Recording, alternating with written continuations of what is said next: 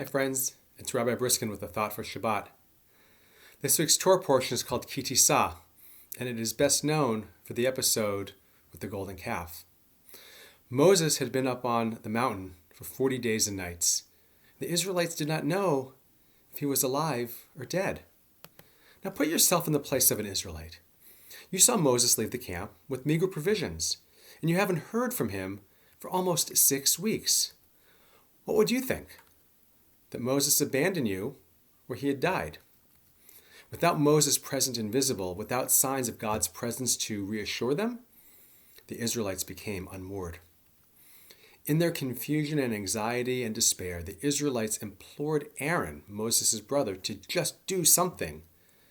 Come, make us a God who shall go before us, for that fellow Moses, the text says.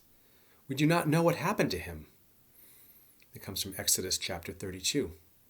Upon Aaron's instruction, they took their gold jewelry, melted it down, placed it into a mold, and created a golden calf. This is your God, O Israel, who brought you out of Egypt, Aaron declares. Now remember what happened shortly thereafter? Moses came down from the mountain, saw the Israelites dancing around the golden calf, and in his anger, he hurled the tablets at the calf and destroyed it. Moses then returned to the mountain to get a new set of tablets, and through the wandering in the desert, the broken and the whole were carried together in the ark. Now, why did the Israelites resort to idol worship so quickly? Why did their faith falter? After all that they had witnessed, the plagues, the splitting of the sea, and so much more, why did they think that God and Moses had abandoned them? Well, you see, they didn't feel God's presence. And they hadn't seen Moses in such a long time. This was a moment when they felt very distant from God. This is a moment when they felt that their relationship with God had faltered. And in many ways, it is a human response. They had grown accustomed to God's presence, and even though they were encamped at the base of God's mountain, they still felt distant from God. We often struggle with the role that God plays in our life.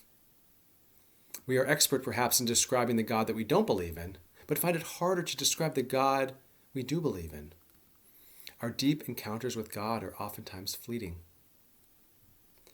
Rabbi Sarah Bassin, a rabbi at Temple Emmanuel of Beverly Hills, California, teaches that God is in the world, but we can easily miss seeing God in the world. We can momentarily know our purpose, but a sustained experience of it is beyond our ability.